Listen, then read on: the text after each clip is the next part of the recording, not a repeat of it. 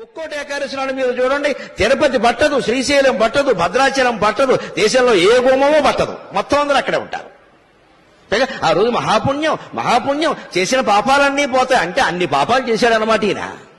అసలు ముందు వీడు పాపాత్ముడి కింద గమనించాలి. ముక్కోటి ఏకాదశి నాడు పని కట్టుకుని గుళ్ళో కడుతున్నాడంటే ఇంత పాపాత్ముడు ఇంకొకడు లేడు. పాపం చేయని వాడు వెళ్లాల్సిన పనిలా వాడు ఇంటో వాడు ఉంటాడు ఖచ్చితంగా. నేను ఏ పుణ్యక్షేత్రానికి, ఏ పుణ్యక్షేత్రానికి, ఏ పుణ్యతీర్థానికి, ఏ పుణ్యతిథి నాడు నేను వెళ్ళాను. ఎందుకంటే నేను ఏ పాపము చేయలేదు, పోవలసినవి ఏం లేవు. నాకు అవసరం లేదు వెళ్ళవలసిందే. ఈ పిచ్చి వదులుకోండి దయచేసి.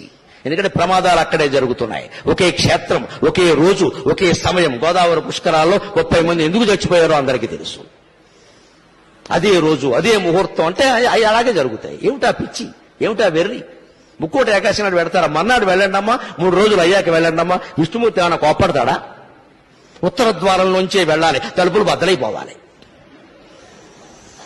బాగా మనస్సు నిండా బుర్ర మడ్డి పెట్టేసుకుని మనస్సు నిండాను ఆ రోజే చూడాలి, అలాగే వెళ్ళాలి, ఏమైనా సరే వెళ్ళాలంటే ప్రమాదాలే జరుగుతాయి.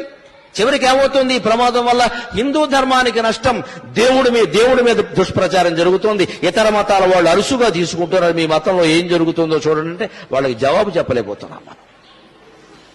అంచేత పుణ్యక్షేత్రాలు, తీర్థాలు, పుణ్యతిథులు ఇవేవి ముఖ్యం కాదండి.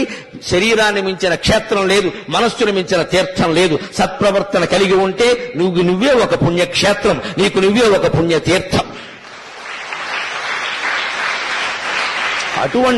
అటువంటి మానవత్వాన్ని నింపడానికి, సాటి మనుషుల పట్ల సానుభూతితో ప్రవర్తించడానికి, పరోపకారమే జీవితంగా బతకడానికి ఈ నా ప్రసంగం ఏమాత్రం ఉపయోగపడినా నేను ధన్యుణ్ణి. నాకు ఈ 4 మాటలు నేర్పిన మా అమ్మ ధన్యురాలు.